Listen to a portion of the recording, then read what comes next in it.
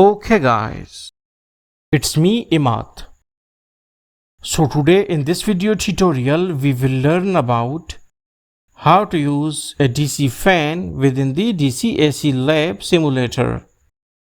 So how we can do that? First of all, we have to search for our DC fan in the simulator. So here it is. So click on it and our DC fan is here. Now we will go for our toggle switch. We will go and we can take this toggle switch. Okay, this is our toggle switch, and now we need power source, that is 1.5 volt battery.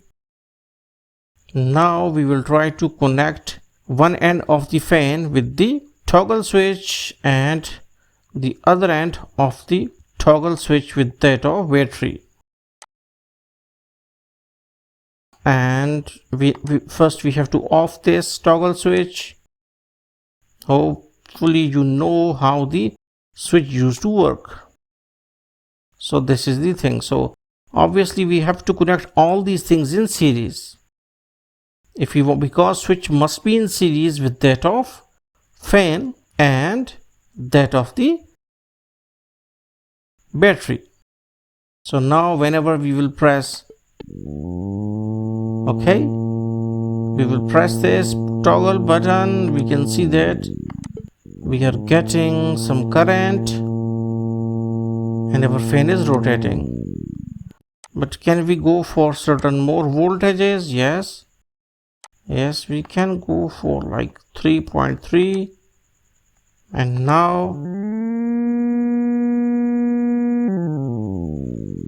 okay, but it has destroyed. Maybe it is like 3 volt fan. So now one more fan. Okay, and we can change this to like 1.79. now you can see that it is rotating more fastly. So hopefully you got the concept that how you can use a fan motor within the dcaclab simulator. So thanks for visiting our channel and don't forget to subscribe.